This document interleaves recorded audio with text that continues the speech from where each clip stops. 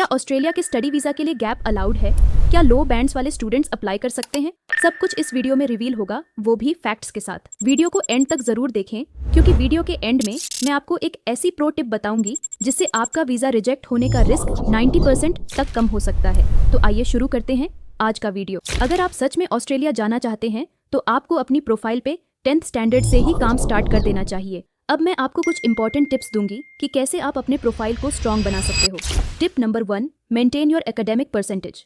Australia की top universities overall 65% से कम marks पर एडमिशन नहीं देती हैं और कुछ courses like health care, nursing, journalism और लॉ में आपको 70% एंड अबव परसेंटेज पर ही एडमिशन मिलता है।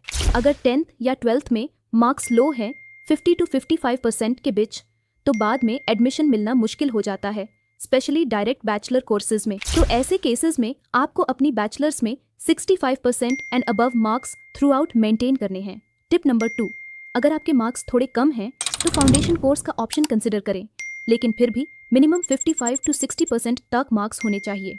Tip number 3, relevant course selection. आप 12th में जो सब्जेक्ट्स ले रहे हो वो आपके फ्यूचर कोर्स के अकॉर्डिंग होने चाहिए। फॉर एग्जाम्पल, अगर MBA करनी है तो कॉमर्स बैकग्राउंड, IT लेना है तो PCM बैकग्राउंड होनी चाहिए, नर्सिंग लेना है तो PCB बैकग्राउंड जरूरी है। ऑस्ट्रेलिया में चाहे आप मेडिकल से रिलेटेड कोर्सेज ले रहे हो पर उसके लिए आपके पास 12th में मैथ्स होना जरूरी है, तो इसलिए सोच समझकर 11th में सब्जेक्ट्स चूज करें। और अगर वर्किंग प्रोफेशनल हो तो अपने वर्क से रिलेटेड ही कोई कोर्स चूज करें। Tip number 4, English skills. IELTS या PTE में अच्छे बैंड्स चाहिए तो इंग्लिश पर फोकस स्कूल टाइम से शुरू करें। रीडिंग हैबिट्स डेवलप करें, डेली इंग्लिश स्पीकिंग प्रैक्टिस करें। IELTS में 6.5 not less than 6 bands required होते हैं, कुछ कोर्सेज में और भी ज्यादा। वीक इंग्लिश से GTE में 100% रिफ्यूजल कंफर्म है। टिप नंबर 5, नो गैप्स और justified gaps. Australia visa officers academic gap को सीरियसली लेते हैं। अगर 12th के बाद आप कुछ टाइम तक कुछ नहीं करते तो वो एक रेड फ्लैग हो सकता है। गैप हो तो जस्टिफाइड होना चाहिए, जैसे एंट्रेंस प्रिपरेशन या job with proofs like offer letter, salary slips, ITR and work experience. Tip number 6, financial planning. Australia visa के लिए जेन्युइन फंड्स दिखाना जरूरी होता है। बैंक स्टेटमेंट फेक होने पर या सोर्स ऑफ इनकम क्लियर न होने पर और ITR में शो की गई इनकम और बैंक अकाउंट में दिखाई गई मिसमैच होने पर वीजा रिजेक्ट हो जाता है। तो फैमिली को एडवांस में प्लानिंग स्टार्ट करनी चाहिए। Tuition fee, 1 year living expense, air fare, health insurance और एम्बेसी फीस के फंड्स मेंटेन करो। फंड्स 3 मंथ्स ओल्ड होने चाहिए। Fixed deposits, savings, income proofs होनी चाहिए।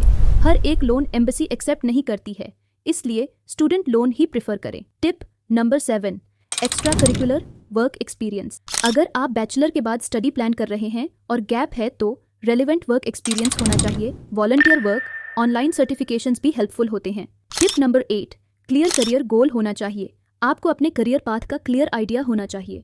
SOP में why this course, why this university का जवाब कॉन्फिडेंटली देना पड़ता है। Tip number 9, scholarships. ऑस्ट्रेलिया में बहुत लिमिटेड स्कॉलरशिप्स होती हैं फॉर इंटरनेशनल स्टूडेंट्स, बट अगर आपका प्रोफाइल स्ट्रॉन्ग है तो आप कोशिश कर सकते हैं। इसके लिए आपकी एकेडमिक परसेंटेज 85+ होनी चाहिए। IELTS में आपके बैंड्स 7+ होने चाहिए। अगर PTE का एग्जाम दे रहे हो तो PTE में आपके स्कोर्स 65+ होने चाहिए। स्कॉलरशिप्स के लिए अर्ली अप्लाई करें।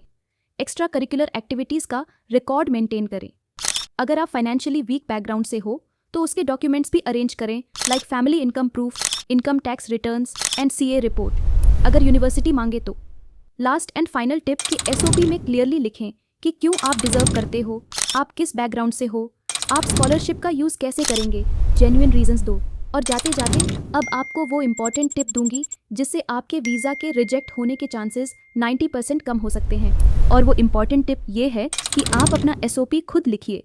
SOP लिखने से पहले यूनिवर्सिटी की वेबसाइट पर ये ज़रूर चेक कर लीजिए कि यूनिवर्सिटी आपसे किस फॉर्मेट में SOP एक्सपेक्ट कर रही है और SOP कितने वर्ड्स की होनी चाहिए। अपनी कहानी को अपने वर्ड्स में बताइए। आप किस बैकग्राउंड से हो, क्यों इस कोर्स में इंटरेस्टेड हो, आप ऑस्ट्रेलिया में क्या सीखना चाहते हो, स्टडीज़ के बाद इंडिया वापस आने के क्या स्ट्रॉन्ग रीजंस हैं और वापस आकर अपना करियर कैसे बनाना चाहते हो।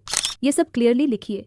मेरी फाइनल एडवाइस ये है कि SOP अपने वर्ड्स में लिखो, बट किसी एक्सपर्ट से उसे चेक जरूर करवा लो। कॉपी पेस्ट SOPs की वजह से हर साल हजारों वीज़ा रिजेक्ट हो जाते हैं, लेकिन अगर आपकी स्टोरी जेन्युइन है और आप सही तरीके से लिखते हो तो आपके वीज़ा अप्रूवल के चांसेस 90% हो जाते हैं। तो अगर आप अभी 10th या 12th में हो या ग्रेजुएशन के अर्ली फेज में हो तो ये सब टिप्स फॉलो करके अपने प्रोफाइल को अभी से स्ट्रॉन्ग बनाना शुरू करो, ताकि जब एडमिशन और वीज़ा अप्लाई करने का टाइम आए तो आपका प्रोफाइल स्ट्रॉन्ग हो और वीज़ा ऑफिसर को एक कॉन्फिडेंट और जेन्युइन स्टूडेंट दिखे। तो ये था पूरा रोड मैप ऑस्ट्रेलिया में स्टडी वीज़ा के लिए प्रोफाइल स्ट्रॉन्ग बनाने का। अब अगले वीडियो में हम बात करेंगे GTE यानी कि जेन्युइन टेम्पोरेरी एंट्रेंट के प्रिपरेशन टिप्स की, जिसमें आपको बताएंगे कि वीज़ा ऑफिसर को कैसे कन्विंस करना है कि आप एक जेन्युइन स्टूडेंट हो। तब तक के लिए keep learning, keep planning and never stop dreaming.